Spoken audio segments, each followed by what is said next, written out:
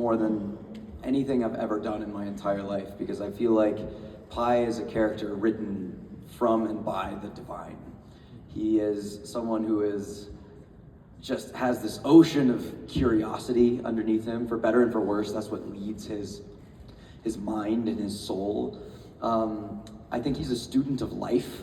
I think he loves people, and not necessarily the most like academic smart, but is wise beyond his years, and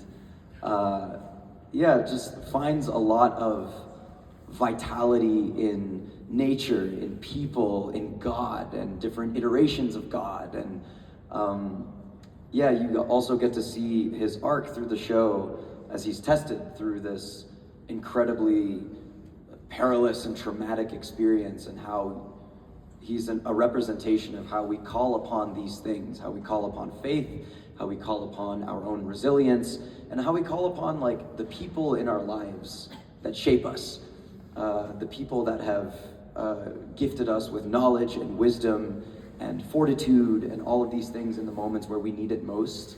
I think he's a wonderful example of that, and how we can call upon all of these things to bring ourselves to salvation.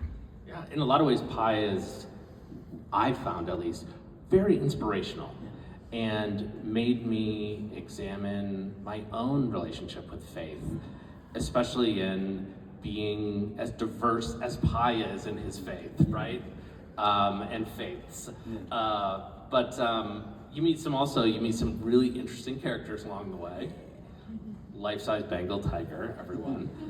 Richard Parker. What is it like sharing the stage with, obviously a Tony or Olivier Award-winning tiger every night, and such extraordinary puppets and those amazing puppeteers that make it happen? Yeah, I mean, he's way above my pay grade, that's for sure. But so the process of interacting with a puppet is very, I love to say there are two brains that activate at the same time.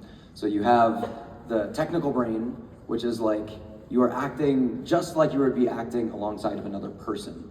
The puppet has its own opinions, it has its own needs, it has its own way of communicating. And so you have to, in the same way that you were watching a regular show between two people, you have to listen and you have to respond on both sides. And so in that way, acting alongside Richard Parker is an exercise of just call and response, listening and responding.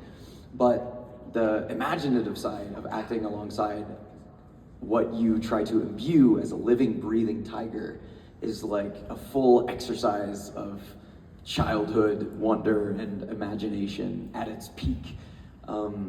We don't try to Disney-fy the relationship. We try to give it the high stakes and the respect of nature that these animals deserve.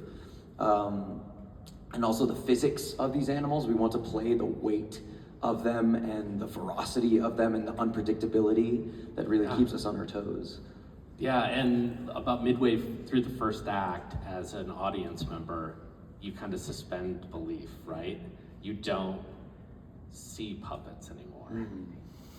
And that's just such an amazing thing for all of us. And so, saving kind of, the best for last, we'll turn to Betsy now.